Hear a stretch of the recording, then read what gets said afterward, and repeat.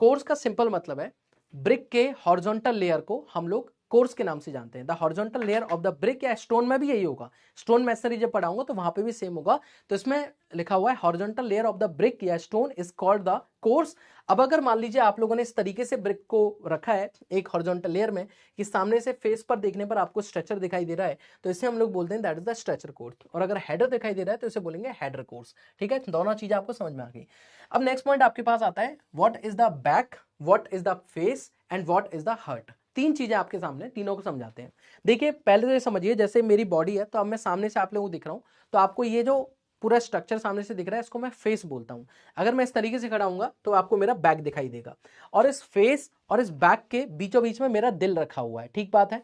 Same ऐसे ही brick masonry के अंदर भी होता है। मान लीजिए कोई एक दीवार बनाई आपने, अब दीवार में कौन सी दीवार है, मान लो वो दीवार है जो आपकी एक तरीके से बाउंड्री वॉल बोल सकते हो आप लोग, घर की जो चार दीवारी है, मेन जो चार दीवारी है।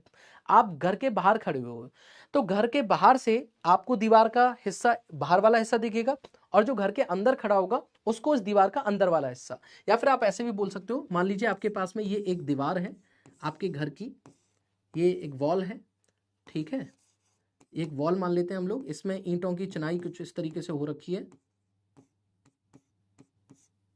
ये मैं आपको क्रॉस सेक्शन व्यू दिखा रहा हूं ईंटों का। ठीक है, इस तरीके से दीवार बनी हुई है। अब मान लीजिए एक ये घर के अंदर का है, ये घर के अंदर का हिस्सा है, अंदर का, और ये घर के बाहर का हिस्सा है जो आप लोग आपकी गली में खड़े हुए मान लो।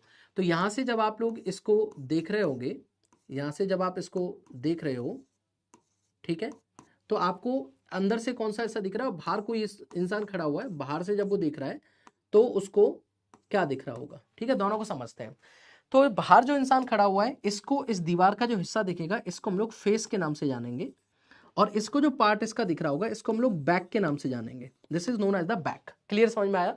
तो यहाँ पे लिखा हुआ है फेस और बैक के बीच में हम समझ लेते हैं। पहले तो कोर्स आपको समझ में आया, अब हमें समझ में आएगा what is the face, what is the back. तो बैक क्या चीज होती है, the inner surface of a wall which is not exposed is called the back. मतलब एक ऐसा किसी दीवार का इनर सरफेस जो कि मौसम के डायरेक्ट संपर्क में नहीं है उसे हम बैक कहते हैं, और जो मटेरियल इसमें इस्तेमाल की गई है इसको बनाने में उसे बैकिंग मटेरियल कहते हैं। मतलब जो दीवार का इनर सरफेस है उसे हम लोग बैक कहते हैं, और उसके बीच में जो मटेरियल जिसका इस्तेमाल बैक बनाने के लिए किया गया उसको हम लोग बैकिंग के नाम से जानेंगे।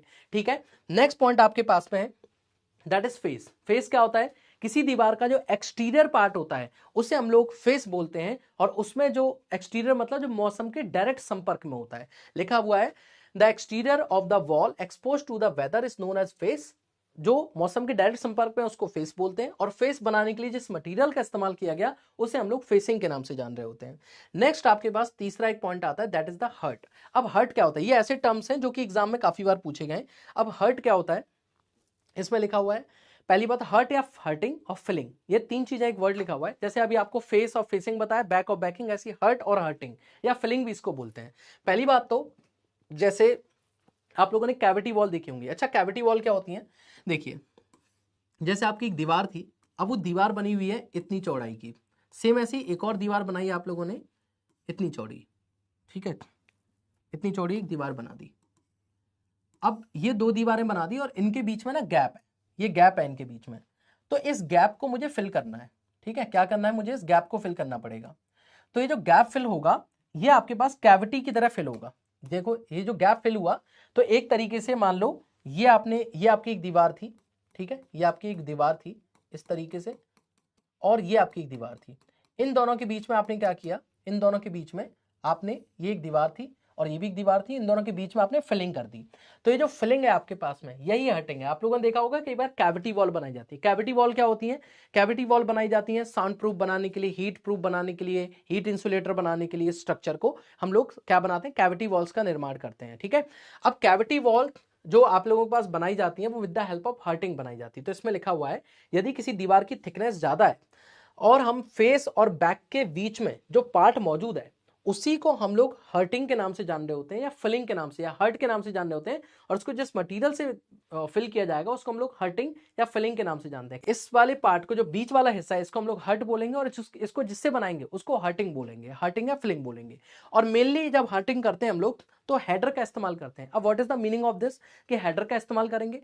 तो देखिए जैसे आप समझने की कोशिश करेंगे, तो मान लीजिए मैं अगर आपको टॉप से दिखाऊं, इसी चीज को अगर मैं टॉप से देखूं, तो मान लो एक ब्रिक आप लोगों ने स्ट्रेचर के तौर पर ऐसे रखी हुई है, ऐसे रखी। तो अब ऐसा तो है नहीं कि दो दीवारें बनाओगे आप लोग फिर उनके बीच में फिलिंग करोगे। अगर ईंटों से अगर इसकी फिलिंग कर रहे हो तो आप क्या करते हो, इसके बीच में एक ईंट को ऐसे रखते हो। तो जब आप एक ईंट को ऐसे रख रहे हो तो सामने से आपको यहाँ से क्या दिखेगा, हेडर दिखाई देगा। उसके बाद आप इसको बंद करोगे इस तरीके से, करेक्ट बात है ना? तो इसमें आपको सामने से जब इसको चिनाई कर रहे थे तो क्या दिख रहा था, हेडर दिखाई दे रहा था। इसलिए बोलते हैं कि जब हम लोग कैविटी वॉल बनाते हैं, हर्टिंग करते हैं, तो हमेशा उसमें हेडर का इस्तेमाल किया जाता है उसको बनाने के लिए। ये पॉइंट था आप लोगों के पास।